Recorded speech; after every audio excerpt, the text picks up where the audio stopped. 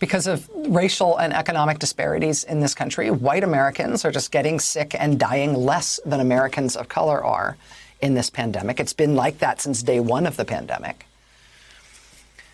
The present fight, the thing we ought to be able to stop even before it starts because we know to watch for it and we can see it take shape at the early days, is that we're seeing exactly the same inequities play out right now when it comes to access to the vaccine. We haven't been rolling out the vaccine for very long, right? But look at the disparities we've got already. It's something that's taken place just over a matter of weeks. Look at Pennsylvania. 11% of the population in Pennsylvania is black. But black Pennsylvanians make up 3% of the people who've been vaccinated. Look at Louisiana. 32% of the population in Louisiana is African American, but they make up only 13% of the people who've been vaccinated. Delaware, where 22% of the population is black, the percentage of people in Delaware who got the vaccine is 6%.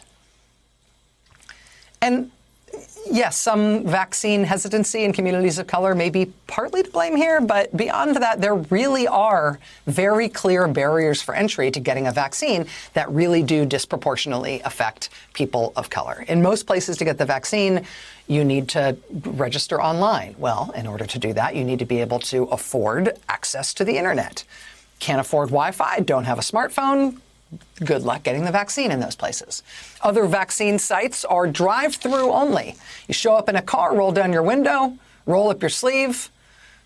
For that, you obviously need to own a car just to access a life-saving vaccine.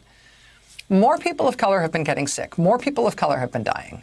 And now, right now, fewer people of color are getting the vaccine.